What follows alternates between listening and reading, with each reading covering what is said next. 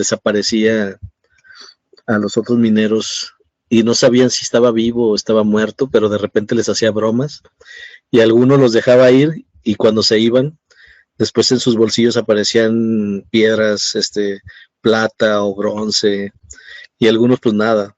Entonces así como que les hacía algunas bromas y ahora resulta que él se aparece en el pueblo y anda vagando, ¿no?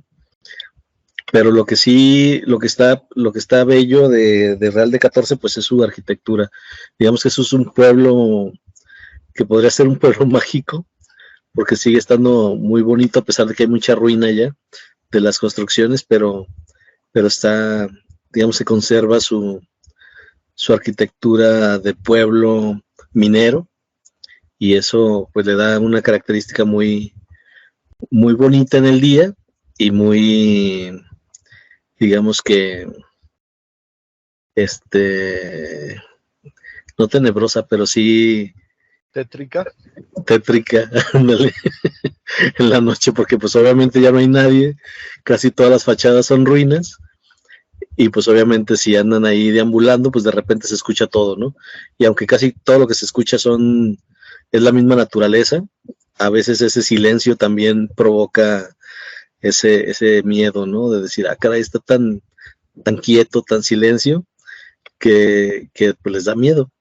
Entonces mucho de eso es más un tema, pues ya ahorita turístico, pero sí se dice que por ahí deambula una persona que le llamaban el Jergas, y ese Jergas pues ahí trabajaba. Entonces de repente pues nadie vio que se fuera, y al final pues se les aparecía, ¿no? Y él continuaba ahí entre la gente que de repente aparecía, les ayudaba a hacer algo. Como les digo, les hacían bromas entre los túneles, a muchos los perdía, los llevaba por un camino y los dejaba ahí, y a otros los perdía y luego los llevaba a donde los pudieran encontrar para no abandonarlos a su suerte. Pero sí, la parte mística que tiene Real de 14, a pesar de haber hecho también por ahí conciertos de música en los años 60, pues es más el misticismo que guarda por los rituales wixárikas y sobre todo por la afición o por la veneración del peyote, ¿no? O del hongo. Tienen varios nombres ahí. Cada especie de hongo tiene su nombre, entonces, por ahí. Y obviamente pues se volvió un pueblo que como terminó la parte de minería, pues bueno, quedó solo. Se fue la gente a buscar formas de vivir, ya que ya no había nada que hacer ahí. Y pues obviamente ya ahorita, sobre todo en los años 90, tuvo mucho auge turístico. Y ya después de los 2010 más o menos, ya se volvió también un pueblo, no fantasma, pero sí peligroso, porque de repente por ahí pues la delincuencia anda por donde quiera, ¿no? Entonces también parte de esa, digamos que de ese misterio, de esa parte fantasmal, pues también se deriva a que no lo dudo que lo estén utilizando para otra cosa el pueblo o las minas o las ruinas de las minas, pero bueno, también hay mucha situación, así que ya no es tanto para el turismo. Sí, ahorita es un poco peligroso, pero es un pueblo muy bonito. Tiene todavía las calles muy definidas, muy marcadas con los muros de adobe, ladrillo, el empedrado, y pues obviamente ya deteriorado, ¿no? Pero lo poco que se conserva, la verdad es que sí está muy bonito. Y bueno, pues estamos hablando que como también hay, digamos que ese ambiente semidesértico, pues también le da ese toque árido, interesante, ¿no? Así como si fuera un pueblo fantasma del oeste. Entonces, pues ahí invitarlos a que vean fotos más que irlo a visitar, que busquen un poquito más de historia, pero sí. Listo. Muy bien, con este primero. Yo nunca he ido por allá, es en Zacatecas, ¿no? Está en San Luis. Ah, sí. Ah, Ahí ok. por, ajá, sí, por la Sí, yo, Huasteca, por ahí. ajá, yo nunca he ido por allá. Sí sé de él, que es famoso. Y supe que hace años, hasta donde yo sé, si no ahorita también que nos complementa Rodrigo, que lo habían convertido pues, en atractivo turístico, pero no sé si había hasta una discoteca dentro o algo así, o a lo mejor me malinformaron. Ese, ¿Será? ¿Es ese la ya es en misma? no, ese ya es en Zacatecas, que sí hay una discoteca en una cueva o algo así. Una mina. Una mina, perdón, sí, tienes razón. Entonces ahí sí se conserva, pero es en Zacatecas. Y acá se volvió famoso, te digo, en los 60 por el tema de Avándaro, creo. Digo, a mí no me tocó esa generación, pero este, que era una especie de concierto tipo Woodstock. Y, y bueno, se juntaron ahora sí que todos los músicos de esa época a hacer un evento masivo. Y bueno, porque acá la actividad, bueno, se construye uno de los principales túneles en 1639 y les dura 200 años funcionando la mina. Entonces, en 1800, por el 1840, todavía estaba. Así que ya para los años que estoy hablando de 1960, pues ya había pasado mucho tiempo, ¿no? En el tema de que la mina ya no funcionaba, pero todavía había algo de actividad económica gracias al turismo. Pero conforme se van Ujú. creando otro tipo de,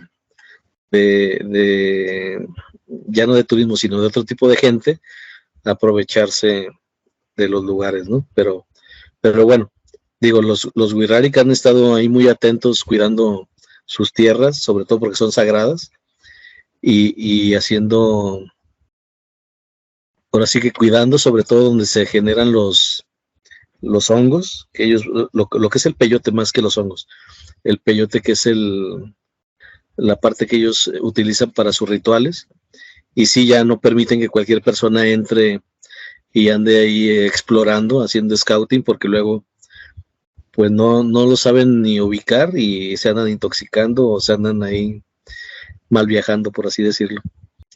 Muy bien. Pues muy interesante, así de entrada. Rodrigo, ¿qué nos cuentas? Bueno, cuando mencionaron que íbamos a hablar de pueblos fantasma, dije, bueno, ¿y de dónde nos agarramos aquí, no? Digo, hay varios en la República Mexicana y casi todos tienen cosas en común. La primera parte es que muchos de ellos, no todos, pero muchos de ellos, dependen de una actividad comercial que luego queda en desuso. El caso que acaba de platicar Ricardo de Real de 14 es uno de los ejemplos más característicos. Y pues me acaba de desanimar Ricardo. Yo tenía intención de en algún momento ir a una excursión a Real de 14. No sé si me vaya a animar entonces de nuevo o no. Pero, ¿cómo se llama? De la misma manera que Real de 14 fue una zona minera, en la península de Yucatán hay una población, como a 20 minutos de Mérida hacia el norte, que se llama Minesbalam. Y Minesbalam también es un pueblo fantasma. De hecho, en la entrada del pueblo viene el nombre del pueblo y luego dice pueblo fantasma. ¿Por qué? Porque pues, está deshabitado. En teoría, Minesbalam surge a partir de la fiebre nequenera que se dio a finales del siglo pasado, perdón, del siglo antepasado y principios del siglo pasado, o sea, a finales del siglo XIX y principios del siglo XX. No sé si recordarán, pero en ese entonces el enequén, que es una planta endémica de aquella región de la península, de la cual se podían obtener fibras naturales, servía para fabricar cordeles, cuerdas, y esas cuerdas, las fabricadas aquí, pues se vendían en prácticamente todo el mundo. Por lo tanto, había grandes haciendas con cultivos de enequén y de empresas procesadoras del enequén para fabricación de cuerdas, lo que provocó un auge económico en la península de Yucatán, del cual se beneficiaron pues, muchas personas. Estamos hablando del tiempo de donde Porfirio Díaz andaba por ahí, así que de alguna manera le tocó el recibir beneficios de toda esta situación. La cuestión en este caso es que en Minesbalam había una hacienda y obviamente como hacienda enequenera, pues tenía pues mucha gente que estaba siendo contratada. No sé si se acuerdan de sus libros de historia, pero como no era suficiente la mano de obra entre la población maya que estaba por ahí cercana, de repente se llevaban gente desde el norte del país, de Sonora, los yaquis y todo lo demás, en muchas ocasiones en calidad de esclavos. O sea, aunque se supone que ya estaba prohibido el esclavismo, las condiciones que se les daban eran básicamente ¿cómo se llama?, de castigo y de esclavos. Entonces, bueno, un auge económico. Minezbalam fue una hacienda que se dedicó a la actividad nequenera, pero hacia 1930 más o menos esta situación decayó. ¿Por qué? Bueno, pues porque ya aparecieron otro tipo de fibras un poco más resistentes, un poco más fáciles ¿cómo se llama?, de elaborar. Apareció el auge del petróleo y por lo tanto de los derivados del petróleo, incluyendo el plástico, y poco a poco fue siendo relegado el enequén. Sigue existiendo, habiendo una que otra hacienda enequenera, pero básicamente la zona pues ya literalmente no tenía ningún atractivo y por lo tanto fue despoblándose hasta que fue declarada pueblo fantasma. Ahora, entre los mayas se da la situación y la historia que probablemente ustedes ya habrán escuchado en alguna ocasión acerca de muchas de las ciudades mayas que de repente fueron abandonadas pues si no en el esplendor, todavía en las condiciones de grandeza de la ciudad. Ahí está Uxmal, ahí está Chichen Itza, ahí está un montón de ciudades que de repente nos dijeron, y los mayas estuvieron hasta aquí, hasta más o menos tal fecha, y luego ya no estaban. Y bueno, también hemos hablado aquí que si los abdujeron los extraterrestres, que si los desaparecieron, que si tomaron un grado de conciencia. En algún momento también mencionó Alejandro, un programa, y Ricardo, no recuerdo bien cómo estuvo el asunto, que en ese entonces en Mesoamérica se manejaba el calendario conjunto entre el calendario solar y el calendario religioso, que básicamente es el calendario entre lunar y venusino, porque literalmente es un calendario de 260 días, y que cada 52 años coincide con esta situación. Bueno, también se mencionó que cada 52 años, como se estaba esperando la caída del sol para el ascenso de un sol nuevo, o sea, de una nueva era, lo que hacían era, se deshacían de todo lo que podían para nacer renovados o sencillamente desaparecer. Bueno, muchas de las cosas que tienen que ver con la cultura maya, entonces, tiene que ver con esta situación. Entonces, hay un ejemplo de una ciudad de las más modernas del posclásico tardío, que es la de Mayapán. Mayapán es hasta cierto punto una copia de Chichen Itza.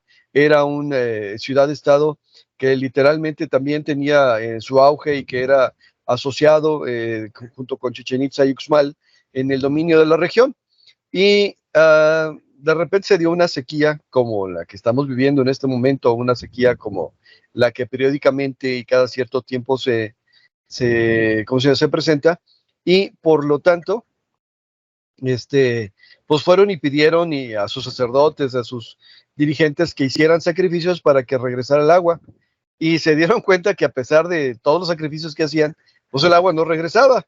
Entonces, una de las teorías, una de las hipótesis más aceptada es que literal se dieron cuenta de que la religión que estaban llevando, que los sacrificios que estaban haciendo, en realidad no provocaban gran cosa con los dioses, así que se esperaron a la terminación del sol nuevo y abandonaron la ciudad, y se fueron y asentaron en pequeños poblados, que muchos de ellos todavía hoy persisten. La situación es que en Minezbalam, por ejemplo, esta situación del pueblo abandonado, entonces no sería una cuestión así como extraordinaria. ¿Por qué? Pues básicamente entienden que termina un ciclo y que literalmente hay que empezar un ciclo nuevo bajo condiciones diferentes. Todavía se puede visitar, no es muy recomendable, pero hay unos cuantos tours por ahí para esta ciudad de Minezbalam.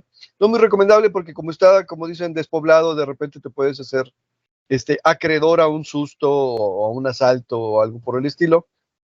Sin embargo, cuando vas en grupo, vas en un tour y va a estar avisada la Secretaría de Turismo y todo lo demás, pues hasta cierto punto te proveen de cierta seguridad. Ahora, junto con la situación del abandono de la ciudad, que de plano es extraño o raro ver una ciudad sola, sin personas. O sea, desde ahí ya decimos pueblo fantasma, pero junto con eso vienen algunas leyendas, así tal como lo decía Ricardo. Y está la situación del dueño de la hacienda que sufrió un atentado y que no se pudo saber quién era el que lo había intentado matar, pero que de alguna manera había provocado un desequilibrio, ¿cómo dirían? En la fuerza, los de la Guerra de las Galaxias. Y por lo tanto la ciudad había quedado como maldita.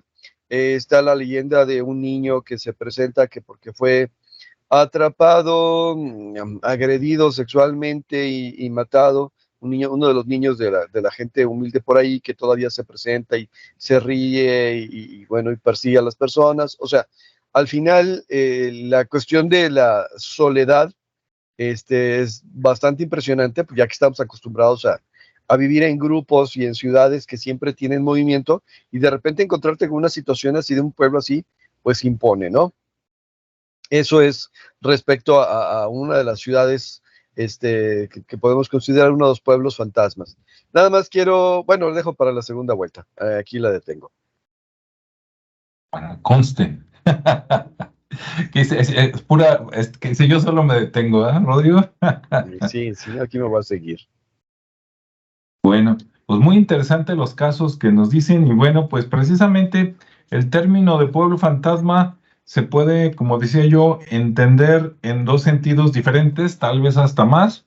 Una es un pueblo que fue habitado, ¿verdad? Un lugar, una ciudad, un pueblito, una villa que fue habitado y que, como decía Rodrigo, a lo mejor se acabó la actividad comercial, ya sea minera, algodonera, nequén o lo que sea, y pues todo el mundo dijo, mejor vámonos a otro lado, y pues quedaron nada más las casas, ¿no? Ahí normalmente de adobe, ladrillo, algo así. Y el otro sentido puede ser más bien un pueblo que está habitado por espíritus, ¿sí? Por fantasmas, ya sea que esté totalmente solo o que no, que estén conviviendo ahí vivos con muertos. Ahora, mientras escuchaba a los dos, recordaba que efectivamente, en el caso de México, de la República Mexicana, tal vez los lugares que se podrían considerar como pueblos fantasma porque se fue la gente, tal vez los más antiguos, pues precisamente sean los sitios mayas, ¿no? Por ahí del sur, sur centro, porque mientras más escarban, más se encuentran. Y tal vez esos sean los más antiguos. Digo tal vez porque si se fueran más al pasado, pues quién no te dice que también los olmecas o antes de ellos hicieron eso, ¿no? Y bueno, lo único malo es que Ricardo nos habló de uno muy bueno y luego dice, pero cuidado donde vayan porque a lo mejor ya está apropiado por otro tipo de gente, entonces mejor no. Y luego Rodrigo también nos platica de otro de que, pues está allá cerca de Mérida, pero pues también cuidado, ¿verdad? A qué horas vayan y todo. Entonces, los que sean aventureros, pues se quedan con ese pues sí existe, pero mejor no, o ve a buenas horas y con buena compañía, ¿no? Yo les voy a hablar de uno, aprovechando, ¿no? Que salieron al tema los lugares mayas. Les voy a hablar del pueblo abandonado, probablemente más famoso del mundo y que está en México. Anda, a que no se la sabían. ¿Tú crees, Ricardo, tú crees, Rodrigo, que puede ser que el pueblo abandonado más famoso del mundo esté en México? Sí, pues es el país más abandonado. Porque no, pero no por cuestiones de inseguridad relativamente reciente, digamos, de los últimos 20, 30 años. Ahí les va, les voy a decir el nombre y van a decir, sí, seguro, ¿no? Ahí les va, a ver qué opinan los demás. Si alguien nos está escuchando o viendo en otro país y dice, no, yo tengo uno más antiguo, pues aviéntelo, ¿no? Compártalo para que se entere el mundo. Pero el pueblo abandonado más famoso y antiguo del mundo se llama Teotihuacán. ¿Sí?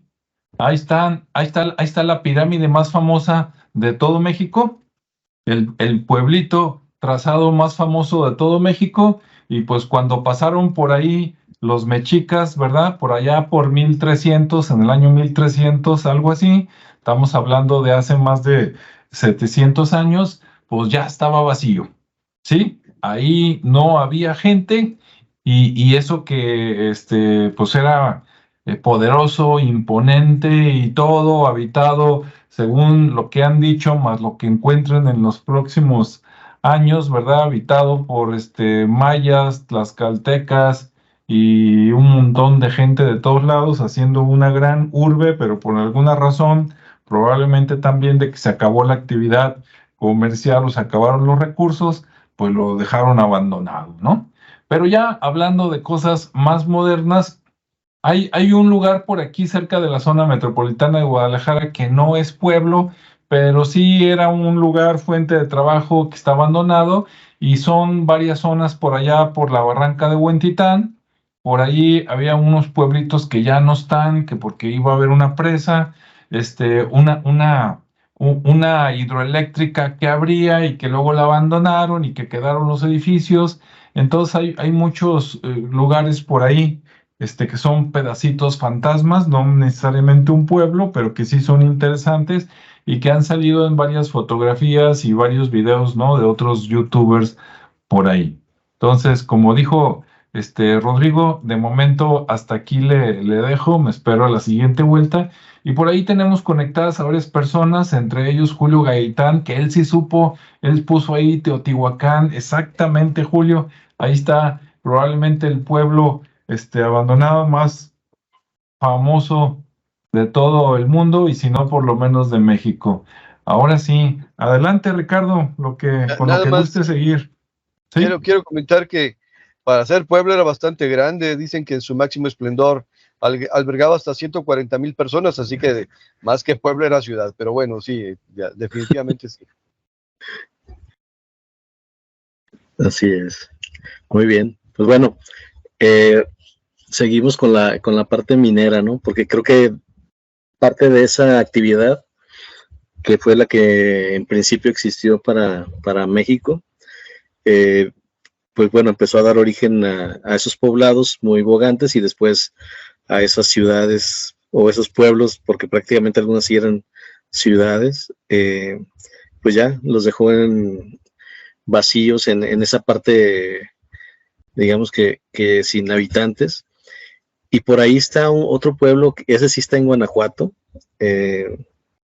Este pueblo es Mineral de Pozos, también un pueblo pues muy enigmático, tiene sus orígenes en tierras chichimecas y pues bueno, ahí era muy abundante en la época virreinal y del porfiriato, hablamos de 1590, donde se inician, bueno, primero se inició con un horno llamado Santa Brígida, donde se empezaron a hacer explotaciones de vetas de oro, plata y mercurio, y bueno, ahí empezó con el tema de que encontraban ese tipo de minerales y pues bueno, la gente empezó a crear sus casas, empezaron a ver haciendas muy importantes como la de Santa Elena, minas como Cinco Señores y el Triángulo, y bueno, obviamente pues se empezó a generar esa vocación minera y hasta 1897 con Porfirio Díaz le llegó la distinción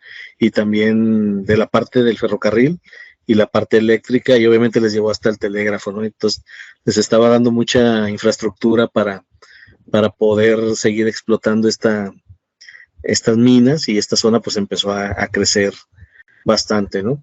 Pero pues bueno, al final este pueblo,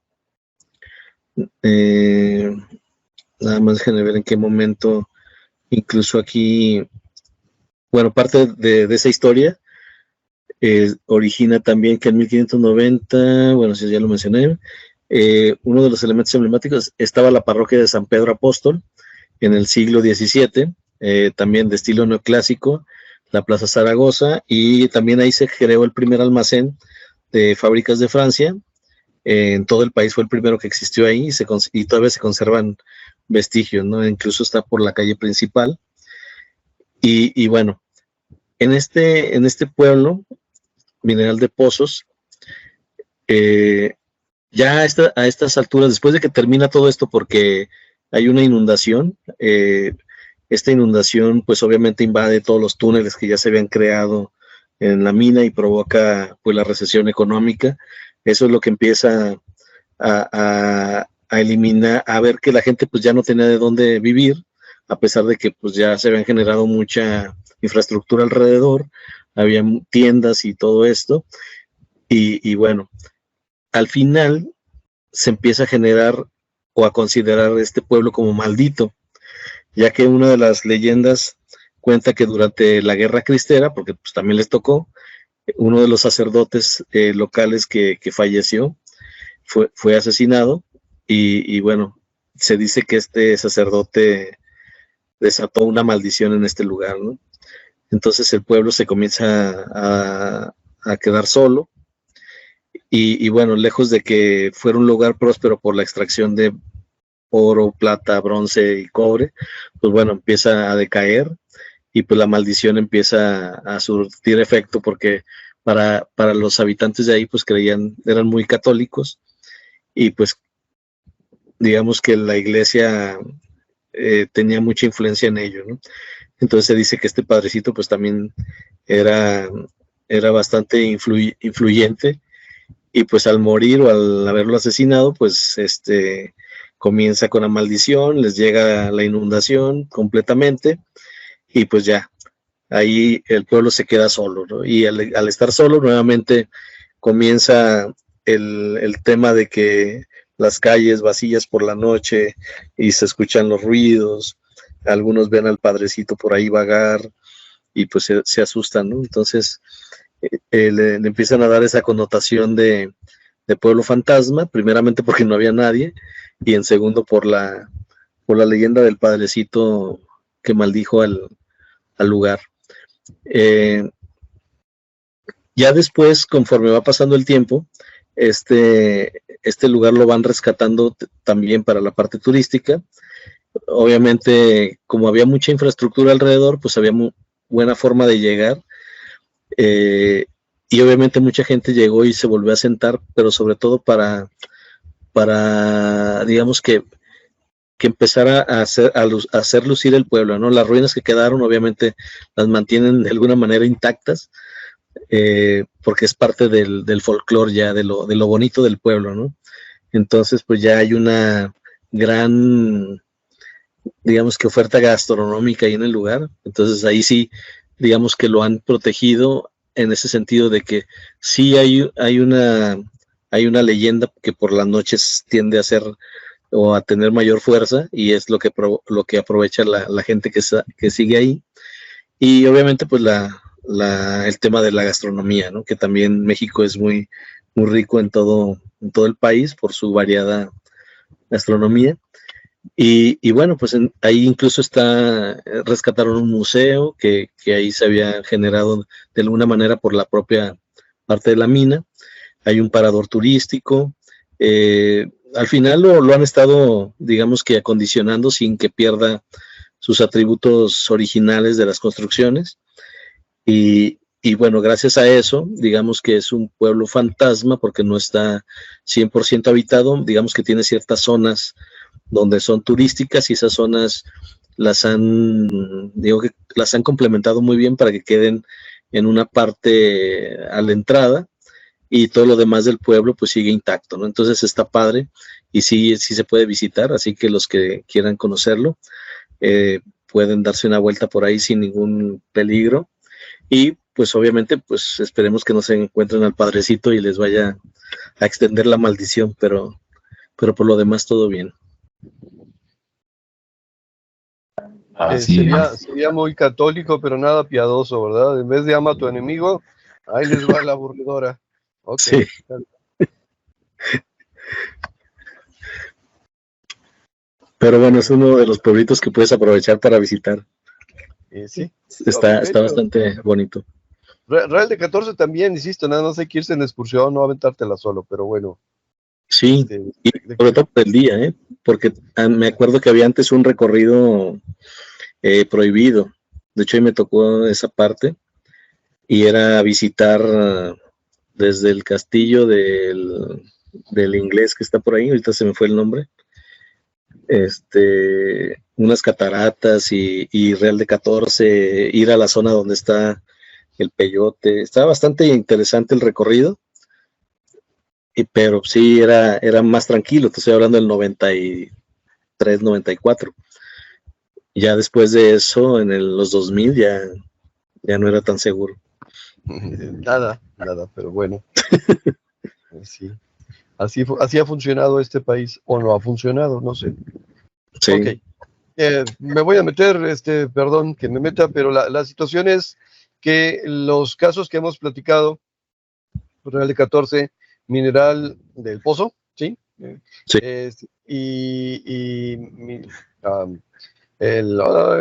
Minesbalam, sí, Minesbalam, sí, el nombre está rarito como todo lo maya, salen del mismo supuesto, una actividad económica que de repente desaparece, o sea que de repente pierde el auge o se pierde la beta o se vuelve muy complicado, pero hay un segundo supuesto para la cuestión de los pueblos fantasma y tiene que ver con cuestiones naturales y en ese sentido, por ejemplo, está o cabe la situación de un poblado en Michoacán que se llama San Juan Parangaricutiro.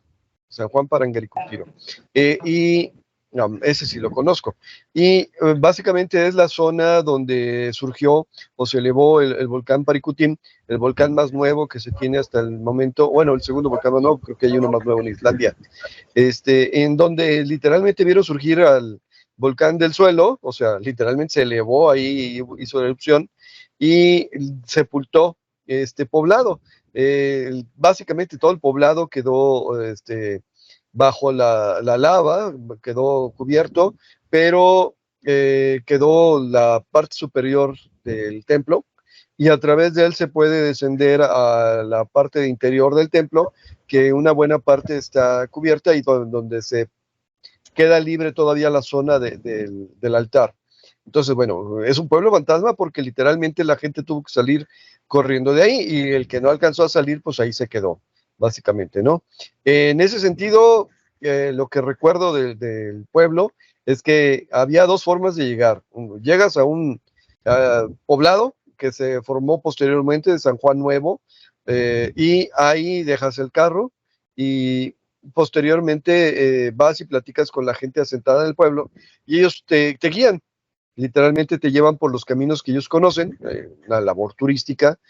Muchos de ellos tienen todavía un linaje purépecha, o sea, son indígenas de raza originaria y hay dos formas de llegar, una de ellas es caminar y otra de ellas es a caballo. Debo decir que en la excursión que pude ir yo, estaba yo chavo, tendría 14 o 15 años, escogieron caballo, lo cual no me hizo muy feliz porque, pues, como dijera Sherlock Holmes en la película, ¿por qué voy a poner algo con inteligencia debajo de mis piernas, no? Pero bueno, digo, así de esa manera, ¿por qué voy a dejar que me lleve por el camino? La cuestión es que me tocó un caballo muy brioso y yo, pues, soy citadino, no sé montar y padecí todo el camino, literal, el caballo entre que se quería regresar y que quería salir corriendo, yo estuve a punto de aventarme en algún momento.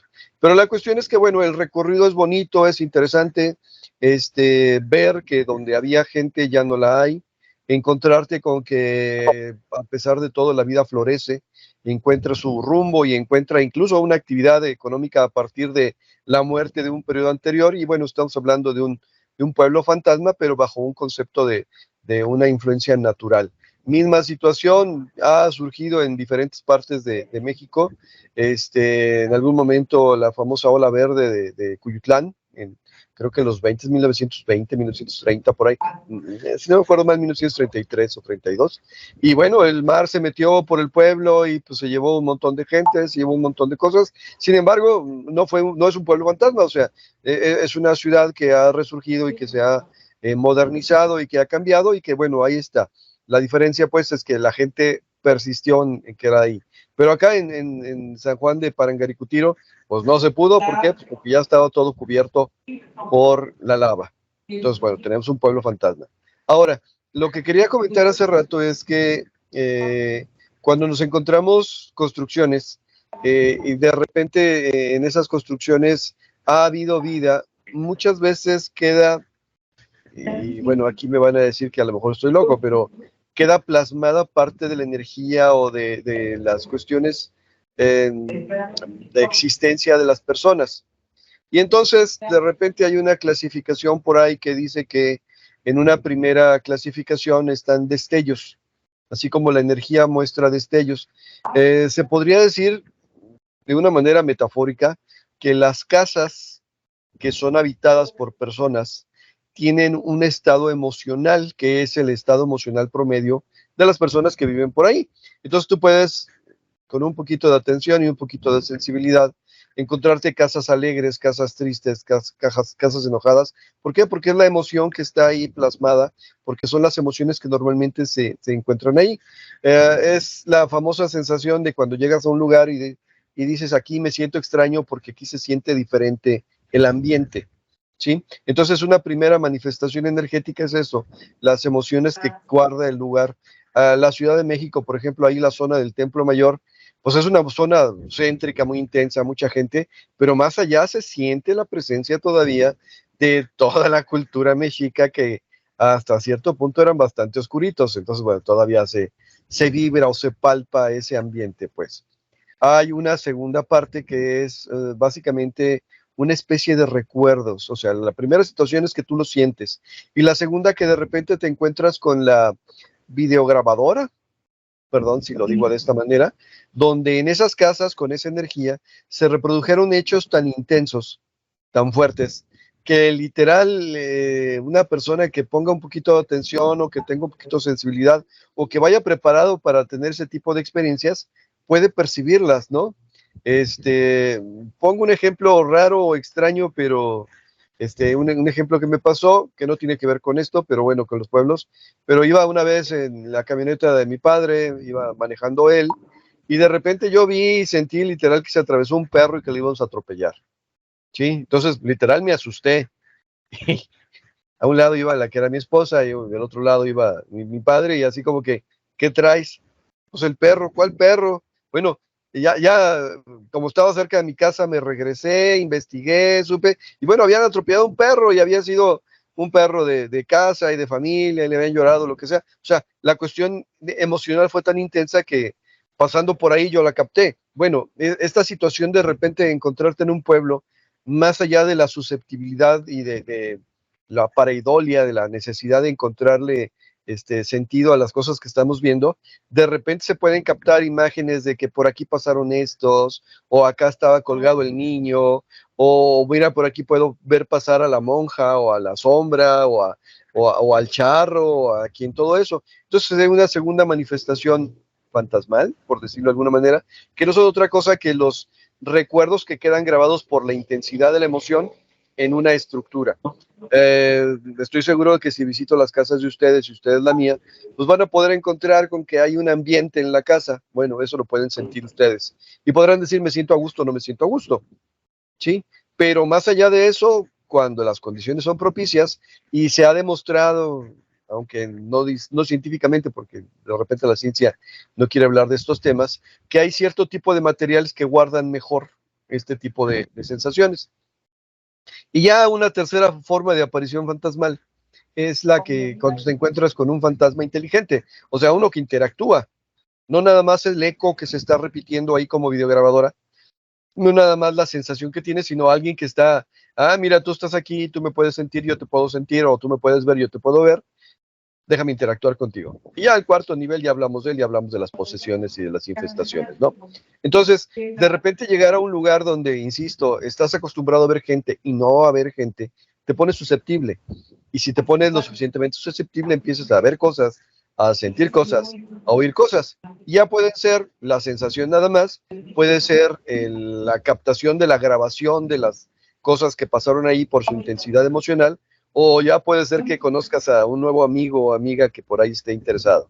Espero que no llegue a pasar la cuarta parte.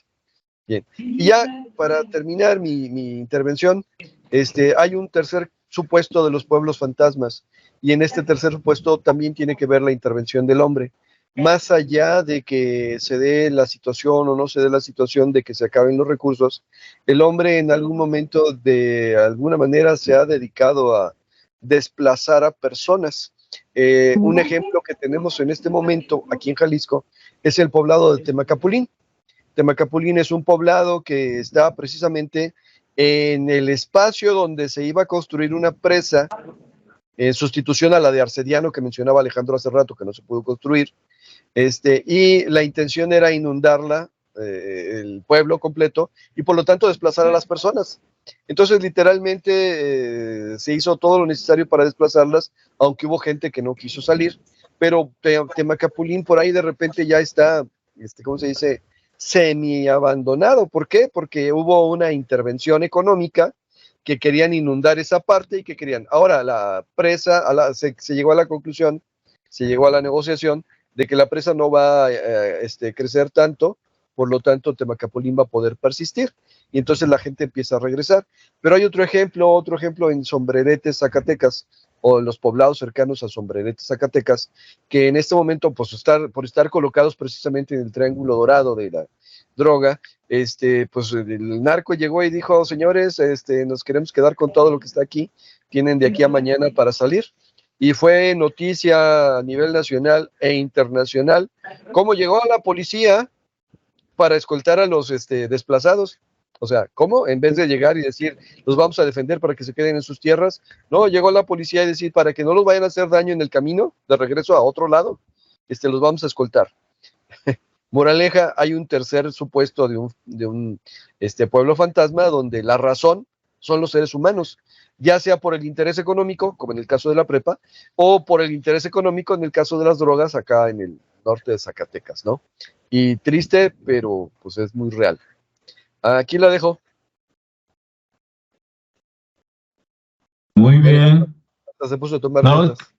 es que sí, estoy tomando notas. Primero, por ahí nos menciona Julio, cuando hablé de Teotihuacán, él decía, hay otro lugar antiguo que también desde el año 850 de nuestra era, lo dejaron fantasma, se fueron todos, y le pregunté que cuál era, y me contestó que es Pueblo Bonito, en el Cañón de Chaco, en Nuevo México, Estados Unidos, ¿no? Entonces, ahí está otro lugar antiguo. Bueno, pues yo rápidamente voy a platicar, tenía también por aquí anotado lo del Paricutín, pero ya lo comentó Rodrigo, entonces muy bien. Hay otros, lugares que a lo mejor no están tan grandes como para llamarlo pueblo fantasma, pero sí, casa o edificio fantasma que quiero comentar porque me vinieron a la mente y dije, ahí van, ¿no?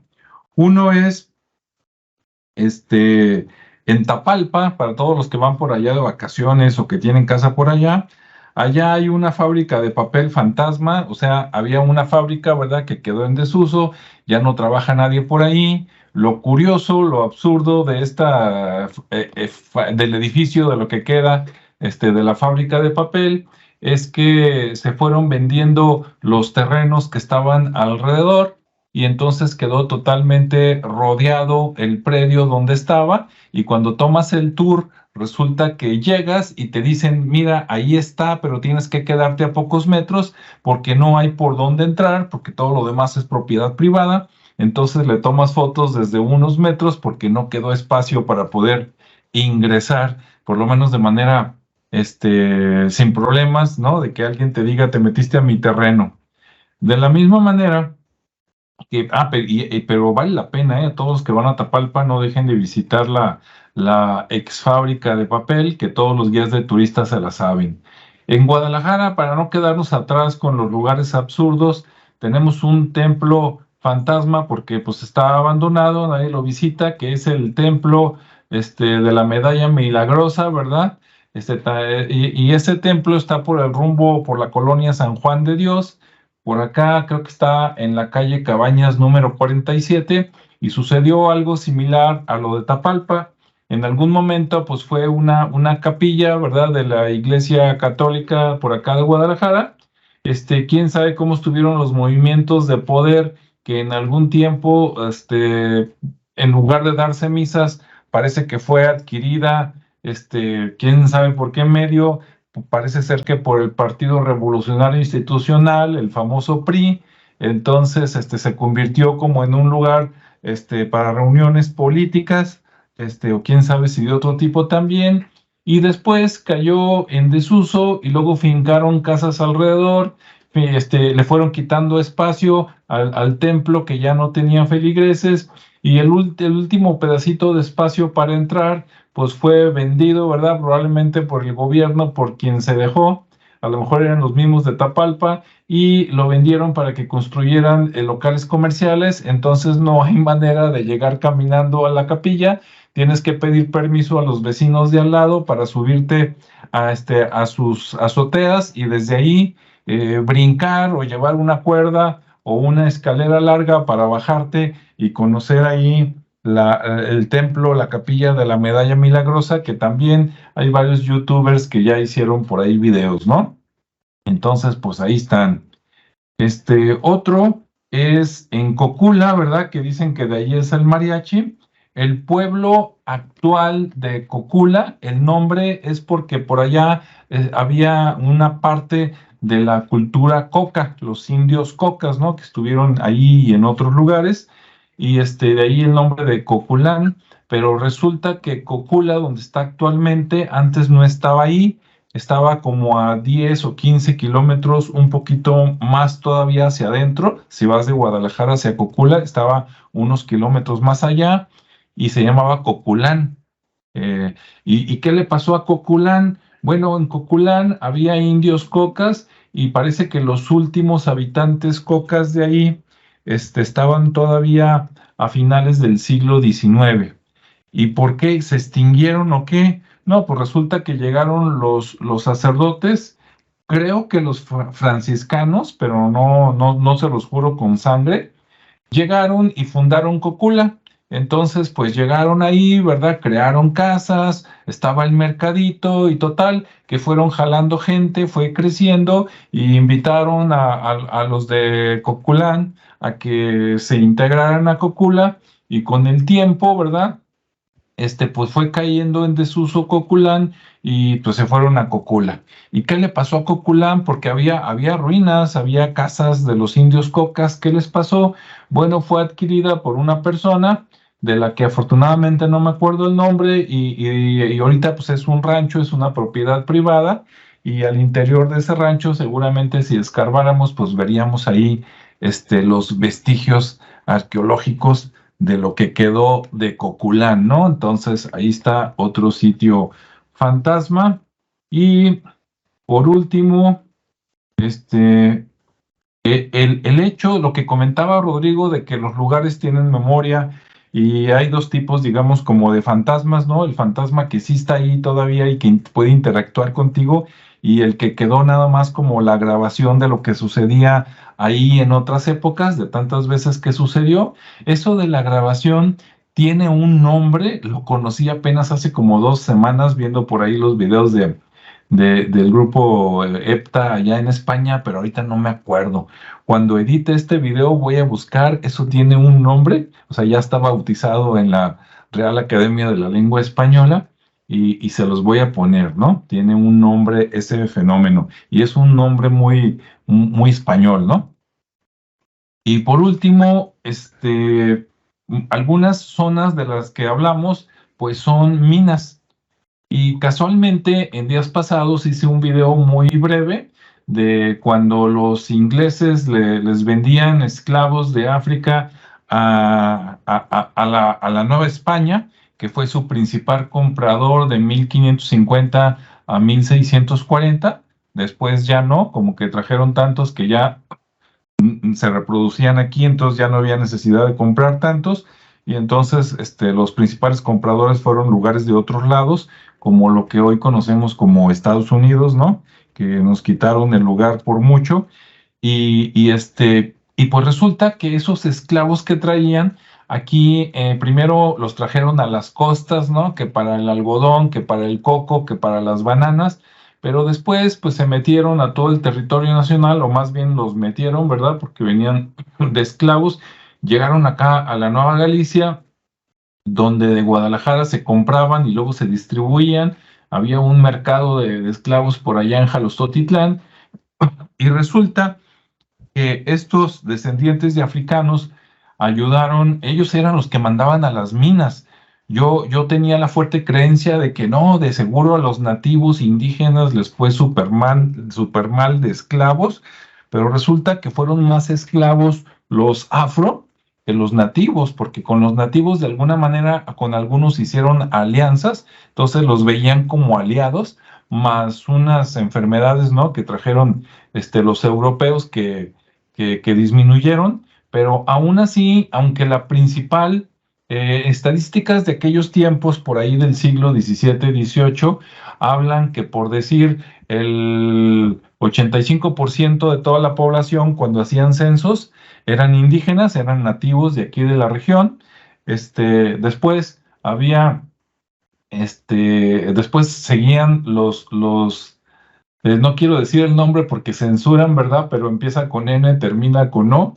Digamos, después seguían los afros y por último, los europeos, ¿no? Principalmente españoles. Todos los españoles, a pesar de que pasó el tiempo y llegó el siglo XVII, XVIII, inclusive principios del siglo XIX, pues eran una minoría, ¿no? Hasta los criollos, nacidos aquí eran una minoría y la mayoría eran nativos, pero en medio estaban los afro, los mulatos, ¿no? Ya que se fueron cruzando con todo el mundo, porque aquí somos buenos para cruzarnos sexualmente con todo tipo de etnias, ¿verdad? No le hacemos el feo a nadie, y entonces, pues, muchos de esos descendientes mulatos que después ya fueron libres, unos porque se escapaban y otros porque les iban dando la libertad. Si en aquel tiempo, si un esclavo, no importa si era hombre o mujer, si un esclavo se casaba con un hombre libre, aunque fuera también mulato, criollo, mestizo, indígena, lo que sea, con que uno de los dos padres fuera libre, los hijos ya eran libres también.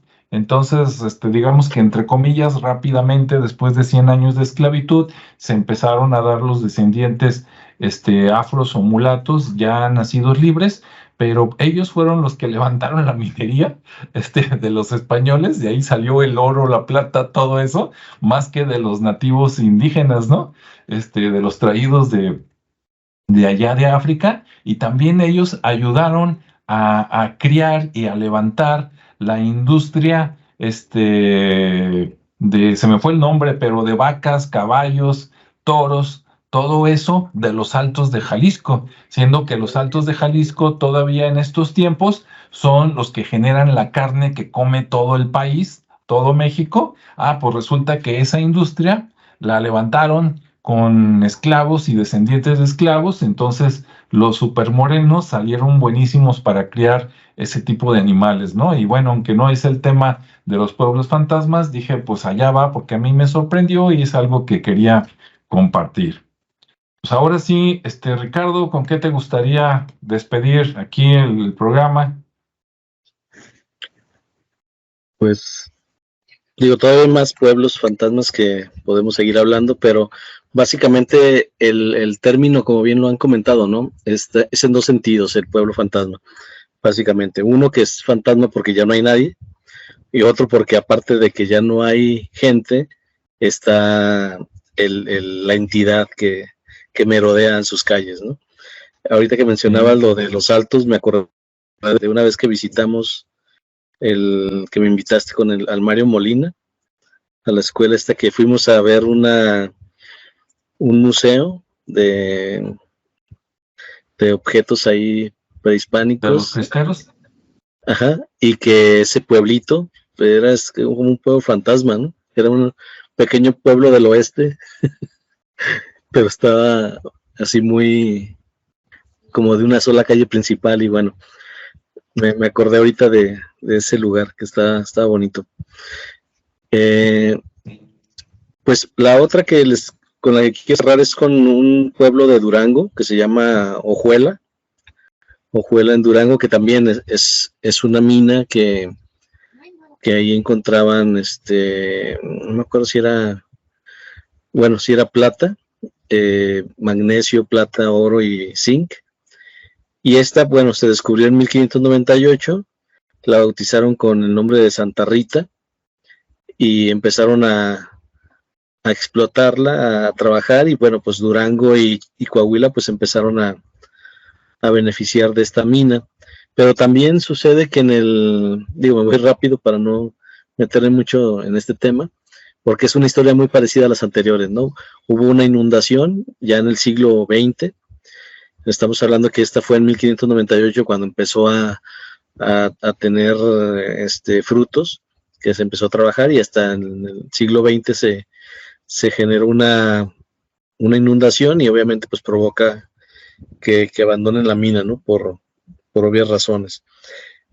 Y esto alrededor también genera mucha infraestructura. De hecho, hay un puente que es uno de los más largos, por así decirlo, pues yo creo que de Latinoamérica, porque son 310 metros de largo y es un puente colgante, con madera y obviamente cables. Y para su tiempo, pues fue muy innovador hacer ese puente, ya que este pueblo está a 100 metros de altura de donde está, entonces hay un cañón por ahí donde tienen que atravesarlo, y hicieron este puente. Y se dice que este puente inspiró al famoso Golden Gate en San Francisco, por el diseño y porque pues hasta la fecha todavía se conserva, ¿no? Todavía es transitable, además de que a un lado hay una tirolesa también igual de larga. Entonces, pues bueno, tiene también su dato ahí relevante en cuanto a la inspiración del diseño, ¿no? Del puente. Y es un puente muy sencillo que sí tiene una formación estructural en una menor escala, pero que vale la pena que lo vean. Y sigue estando muy resistente, entonces esperemos que siga así mucho tiempo, porque lo transita mucha gente y hasta en bicicleta lo pasan. Entonces ahí esperemos que no vaya a caer pronto. Y bueno, este pueblo, después de que termina todo este tema del auge de la mina, pues se vuelve fantasma porque toda la gente se va, ya no hay nada más que hacer. Y de repente, pues obviamente aquí lo que ha salvado a los pueblos fantasmas de alguna manera ha sido digamos que su belleza con la que fueron construidos arquitectónicamente, aunque sean arquitecturas muy simples, aunque tengan esa vista de pueblos típicos, o como ahora les llaman mágicos, pues tienen esa parte bonita, ¿no? Entonces, incluso la UNESCO lo ha nombrado así como maravilla natural, ¿no? Porque obviamente pues las estructuras, porque están dentro de las rocas, y se ve muy bien, o sea, armoniza con el ambiente de ahí de Durango, que pues es bastante árido, lleno de rocas y todo. Entonces, pues bueno, la UNESCO también le dio esa relevancia, ¿no? Esa importancia a este pueblo. Y bueno, ahorita ya pues es un pueblo semifantasma, porque digamos que en el día se llena de habitantes por el tema turístico, y por las noches pues bueno, vuelve esa parte sombría y misteriosa, ¿no? Y se dice que pues ese puente es un recorrido para los valientes, se dice. Entonces pues bueno, ahí invitarlos a que se den una vuelta ahí por Durango y se avienten el puente corriendo. Pero bueno, sería con lo que me despido, ¿no? Porque sí, me imagino que corriendo, si se la pasan en bicicleta, imagínate corriendo con las tablitas que están todavía ahí sosteniendo. Ha de ser un crujir muy interesante. Sin que Indiana Jones ni que nada. Sí. Sí. Pero bueno, ese es digo, con el que cierra pues ese pueblito. Y pues sí, son muy típicos, y hay historias muy similares, ¿no? Sobre todo porque son más o menos del mismo tiempo, y era donde la actividad minera tenía mayor relevancia. Entonces, aunque también aquí sigue habiendo, como tú mencionabas, en las ciudades o algunas colonias que se volvieron fantasmas, pero ya por temas de delincuencia, por otras razones, se fueron quedando. Por ejemplo, si hablamos de una villa fantasma, podría ser la Villa Panamericana, ¿no? que fue lo último que se construyó por los Juegos Panamericanos, y que quedaron ahí abandonados. Obviamente pues fue un interés político, y que ahorita ahí están y eso también pues puede llamarse una villa fantasma. Sí. La última colonia fantasma hecha en Jalisco. Sí. Muy bien. Muy bien. Rodrigo, ¿qué nos cuentas para despedir aquí? Ok, para terminar, quiero mencionar dos cosas. La primera de ellas es una población también en Zacatecas que se llama Aranzazú del Cobre, también reconocida como El Cobre. Y obviamente, pues también tenía su mina de cobre, obviamente, y que, pues obviamente ya no es viable la explotación y la gente emigró y la gente cambió. En 2020, Aranzazú del Cobre registra una población habitacional de 4 personas, ¿sí? Entonces, hace 3 años, estamos hablando de que pasaron ahí a hacer el censo, 3 adultos y un menor de edad, y ahí viven, de ahí se sostienen, ahí hacen lo que necesiten traer de la tierra, del agua, de los recursos. Pues es una población fantasma, porque básicamente, ¿cómo se llama? Está abandonada, excepto por 4 personas. Y también está en una zona complicada de Zacatecas. No quiero recomendar que la visiten así tan fácilmente, pero la otra parte que también es interesante conocer es que la conquista espiritual y material de la zona noroeste del país, específicamente Sonora, específicamente la península de Baja California, y en esos entonces Nuevo México, Arizona y California, se llevó a cabo a través de misiones.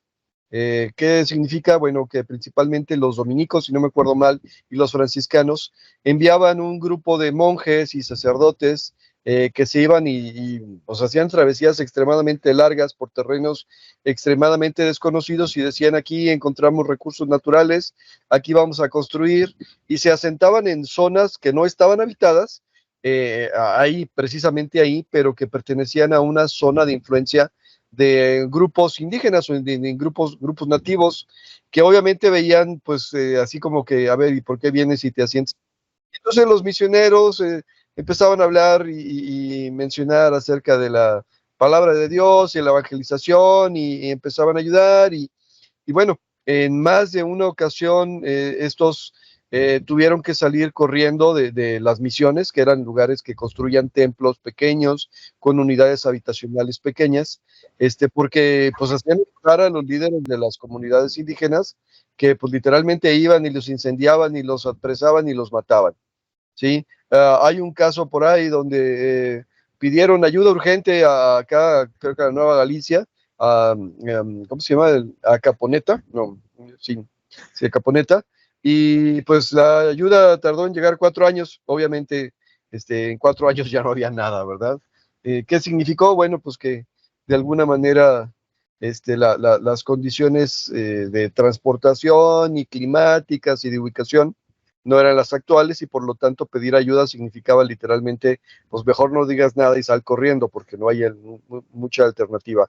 Pero hay varias misiones, algunas turísticas, algunas abandonadas, algunas semi abandonadas, en todo ese territorio de Sonora y Baja California, y por lo tanto podríamos hablar de que son poblaciones fantasmas. ¿Por qué? Pues sencillamente ya no hay gente ahí. Pero bueno, también podríamos hablar de que a la iglesia, así como el templo de la Medalla Milagrosa, a la iglesia de repente no le interesa recuperarlas, porque como fueron cometidos asesinatos ahí, o sea, literalmente fueron sacrificados sacerdotes, se dice que se pierde la consagración del altar, y por lo tanto necesita haber un ritual de consagración o reconsagración, o de plano mejor cambiar de lugar el altar hacia un lugar ese otro. Por lo demás, son temas y lugares turísticos, son lugares interesantes, son lugares que de alguna manera vale la pena visitar y conocer.